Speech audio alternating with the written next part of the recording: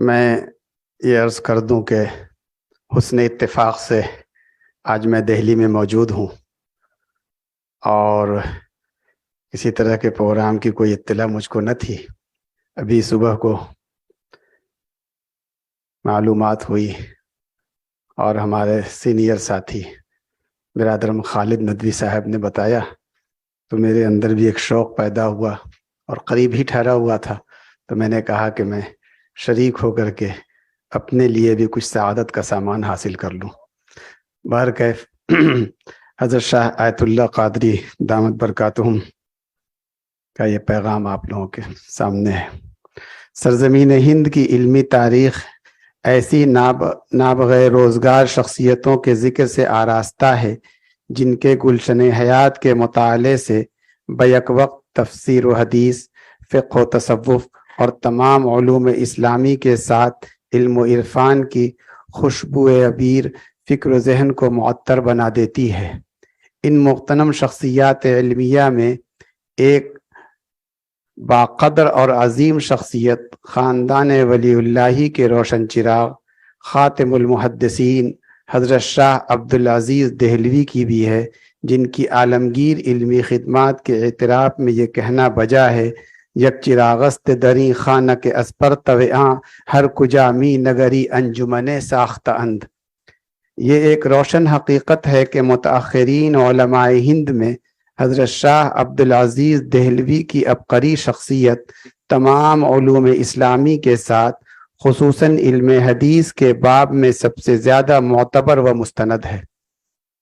علم حدیث کے سلسلے میں حزم و احتیاط کی جو روش آپ کے ہاں موجود تھی وہ اس زمانے کے دیگر درسگاہوں میں کم پائی جاتی ہے۔ حضرت شاہ صاحب رحمۃ اللہ علیہ علم حدیث کے باب میں محدثین سالفین کے نقش قدم پر گامزن تھے۔ تلامذہ کے علاوہ کسی کا سب سند حدیث کو ان کے مبلغ علم کا اندازہ کیے بغیر برسم کتابت حدیث کی اجازت نہیں دیا کرتے تھے۔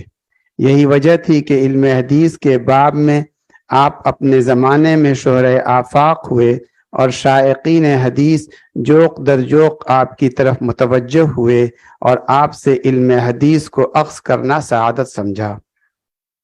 اس سلسلۃ الذہب کی ایک کڑی خانوادہ و خانقاہ حضرت تاج العارفین مخدوم شاہ پیر محمد مجیب اللہ قادری قدس سرہ سے بھی جڑی ہوئی ہے۔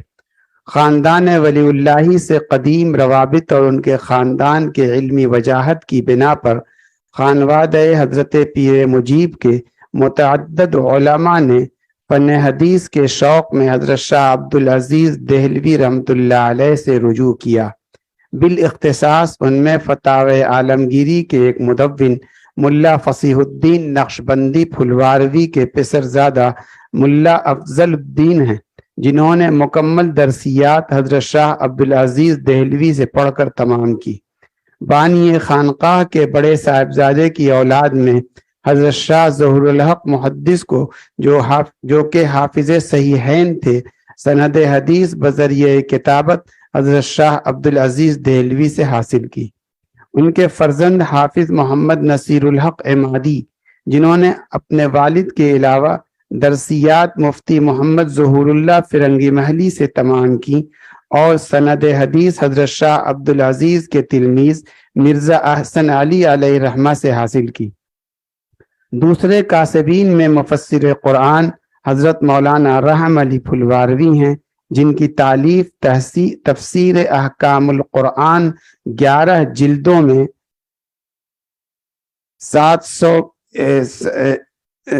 1711 آیات سے مستنبط 338 مسائل دینیہ پر مشتمل ہیں، جو کہ ملا جیون کے بعد بہار کی نمائندہ تفسیر احکام ہے۔ آپ نے درسیات اپنے والد سے پڑھ کر علم و تفسیر کی تعلیم دہلی جا کر حضرت شاہ عبدالعزیز سے حاصل کی اور آپ کے برادر ملا شاہ عبدالغنی پھلواروی رحمۃ اللہ علیہ، جنہوں نے درسیات اپنے والد کے علاوہ ملا برکت اللہ عظیم آبادی سے پڑھی، انہیں براہ راست حدیث کی اجازت حضرت شاہ ولی اللہ محدث دہلوی سے حاصل تھی۔ اس سلسلہ حدیث کے بھی ملا عبدالغنی مجاز تھے۔ نیز بذریعہ کتابت سند حدیث حضرت شاہ عبدالعزیز دہلوی رحمۃ اللہ علیہ سے حاصل کی۔ ان کے کسب سند حدیث کا واقعہ ان کے تبحر علمی کی سند ہے۔ واقعہ یہ ہے کہ مولانا مذکور نے حضرت شاہ عبدالعزیز دہلوی کو ایک خط میں لکھا، جناب مجھے سند حدیث اپنی طرف سے عطا فرمائیں، اگرچہ جناب کے خاندان کی سند مجھے حاصل ہے، مگر میں جناب سے بھی حصول سند کا خواستگار ہوں۔ اس کے جواب میں حضرت شاہ عبدالعزیز دہلوی نے لکھا ہے، مجھے جناب کے مبلغ علم کا حال معلوم نہیں، لہذا ایک رسالہ بھیجتا ہوں، جناب اس کو بغور ملاحظہ کر کے اس کی شرح مجھے لکھ کر بھیج دیں، میں سمجھ لوں گا کہ جناب درس حدیث کی استعداد رکھتے ہیں تو اجازت دی جائے گی۔ چنانچہ آپ نے اس رسالے کی مفصل شرح لکھ کر خاتم المحدثین کے حضور بھیج دیا۔ حضرت شاہ صاحب نے ملاحظہ فرما کر جواباً تحریر فرمایا، جناب کی استعداد بالغ ہے اور مجھے ایسی امید نہ تھی کہ پورب میں بھی ایسے افراد ہیں جن کی قابلیت باعث ناز ہو۔ بیاض قلمی۔ ہمارے ان بزرگان کے علاوہ ہمارے بانی خانقاہ حضرت تاج العارفین کے پسرزادہ اور ان کے جانشین حضرت فرد الاولیاء مولانا شاہ ابو الحسن فرد پھلواروی، جن سے شاہ اسماعیل دہلوی رحمۃ اللہ علیہ کے مناظرے ہوئے تھے، جو کہ تحریری شکل میں درگاہ شاہ ابو الخیر دہلی، ندوۃ العلماء لکھنؤ، شبلی اکیڈمی اعظم گڑھ، ہماری خانقاہ مجیبیہ اور ہمارے خاندان کے بعض اشخاص کے کتب خانے میں دستیاب ہے۔ علم حدیث کے آپ بھی ماہر تھے، تاحیات حدیث شریف کا مشغلہ رکھا۔ حضرت شاہ عبدالعزیز دہلوی سے ان کی ثقافت اور تبحر علمی کی بنا پر کسب سند حدیث کا ارادہ رکھتے تھے، مگر اس کا موقع نہیں مل سکا۔ البتہ ایک خط جو آپ نے حضرت شاہ دہلوی رحمۃ اللہ علیہ کے لیے لکھ رکھا تھا مگر بھیجنے کا موقع نہ ملا، اس کے مطالعے سے معلوم ہوتا ہے کہ اہل پھلواری کے متعدد بزرگان حضرت شاہ دہلوی سے کسب سند حدیث کا ارادہ رکھتے تھے۔ اس سلسلے میں تلاش مزید کی جائے تو حضرت شاہ صاحب دہلوی سے پھلواری شریف کے دیگر مجازان علم حدیث کی تفصیل معلوم ہو سکتی ہے۔ یہ حضرت شاہ عبدالعزیز دہلوی سے اہل پھلواری کے تعلق علمی کا مختصر ترین تعارف ہے، اس میں تمام تفصیلات کی گنجائش نہیں ہے۔ بہرحال یہ حضرت شاہ عبدالعزیز دہلوی کی زندگی کا وہ پہلو ہے جس پر ہنوز کام جاری ہے۔ علوم اسلامی کے ہر پہلو سے ان کی زندگی کامل و مکمل تھی، وہ ہر میدان علم کے مرد مجاہد تھے۔ البتہ ان کے خاندان اور خود شاہ صاحب کی زندگی کا ایک خاص پہلو تصوف بھی ہے، جسے موجودہ دور میں خاص طور پر فراموش کر دیا گیا ہے۔ اس پہلو پر بھی کام کیے جانے کی سخت ضرورت ہے۔ حضرت شاہ صاحب کے والد حضرت شاہ ولی اللہ محدث دہلوی، جو خود ایک باکمال صوفی اور وحدت الوجود وغیرہ جیسے مسائل کے نہ صرف قائل بلکہ شیخ اکبر کے بڑے معتقد بھی تھے، خود حضرت شاہ عبدالعزیز دہلوی، جن کے فتاوے، تفسیر اور ملفوظات وغیرہ میں خاص طور پر تصوف کے مسائل کی شرعی حیثیت سے تشریح و توضیح پر مشتمل عمدہ مضامین پائے جاتے ہیں، اور تصوف کی خوشبو ان کی تحریروں میں محسوس ہوتی ہے۔ تصوف کے مضامین صرف کرامات و تصرفات کے جمع کیے جانے کا نام نہیں ہے، یہ تو اضافی چیزیں ہیں۔ اصلاً تو اسرار دینیہ کو سمجھا کر شریعت مطہرہ کی پاسداری کا پابند بنا دینا تصوف کی اصل ہے، جو حصول معرفت الہی کا سب سے آسان اور احسن طریقہ ہے۔ مشائخ اہل تصوف نے خاص طور پر اس سلسلے میں کارہائے نمایاں انجام دیے ہیں، جن کا خود خاندان ولی اللہ بھی نمائندہ ہے۔ حضرت شاہ ولی اللہ محدث دہلوی جو اس سلسلے کے آفتاب تھے، ان کی تصانیف میں حجت اللہ البالغہ اس کی عمدہ مثال ہے۔ ان کے بعد حضرت شاہ عبدالعزیز دہلوی رحمۃ اللہ علیہ، جو کہ باتفاق آراء ان کے افکار اور ان کے علوم معرفت کے اصلی مبلغ و ترجمان اور ان کے جانشین تھے۔ مسلک و مشرب ولی اللہ کی ترجمانی حضرت شاہ عبدالعزیز دہلوی کے افکار سے بخوبی ہوتی ہے۔ البتہ نہج اشاعت میں کچھ فرق ہونے سے اختلاف نہیں ہے۔ طریقت میں سلسلہ نقشبندیہ جس کے حامل آپ کے والد تھے، اس کی اشاعت حضرت شاہ عبدالعزیز دہلوی نے بھی فرمائی، مگر دیگر سلاسل میں سلسلہ قادریہ کو بھی انہوں نے فروغ دیا، جیسا کہ شاہ صاحب کے ملفوظات سے بھی واضح ہوتا ہے۔ اس کے علاوہ آپ دیگر سلاسل کے مجاز بھی تھے، یعنی طریقت و تصوف میں بھی ان کی شخصیت جامعیت رکھتی تھی۔ حضرت شاہ عبدالعزیز دہلوی کی تصانیف میں خاص طور پر تحفہ اثنا عشریہ ایک اہم تالیف ہے، اور یہ نمایاں ہے کہ ان کے قلم کی سیاہی اصحاب نبوی صلی اللہ علیہ وسلم کے دفاع اور احقاق حق کے لیے خوب صرف ہوئی۔ ترتیب خلافت علی منہاج النبوہ کی وضاحت میں تالیف مذکور بے حد مقبول زمانہ رہی۔ اصحاب اور اہل بیت کے مقام و مرتبت کی صحیح ترجمانی شاہ صاحب کے تحریر سے ہوتی ہے، جو کہ اہل سنت کا موقف ہے۔ طریقت کے زاویہ نظر سے حضرت مولا کائنات سیدنا علی کرم اللہ وجہہ کی شخصیت اہل تصوف کے نزدیک اہم ترین شخصیت ہے۔ صحابہ اکرام سے منسوب دیگر سلاسل بشمول سلسلہ نقشبندیہ، جو کہ حضرت امیر المومنین سیدنا ابو بکر صدیق رضی اللہ تعالی عنہ سے منسوب ہے، تمامی سلاسل کے سالکین حضرت امیر المومنین سیدنا علی کرم اللہ وجہہ سے فیض پاتے ہیں۔ چنانچہ تفسیر عزیزی میں خود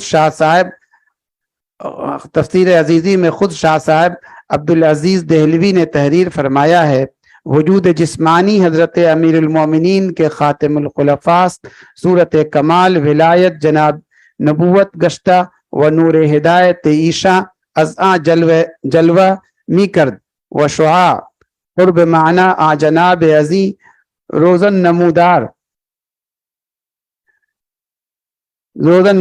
بود و خلافت پیغمبر و جانشینی آ جناب دراں در وقت در ذات کامل الصفات آ شاہ ولایت گردید ولہند در حدیث شریف چنانچہ در کعبہ فرمودند النظر الى الکعبہ عبادہ و در حق مصحف مجید فرمودند کہ النظر الى المصحف عبادہ، ہم چنا در حق آ شاہ ولایت کرم اللہ وجہہ ارشاد شدہ کہ النظر الى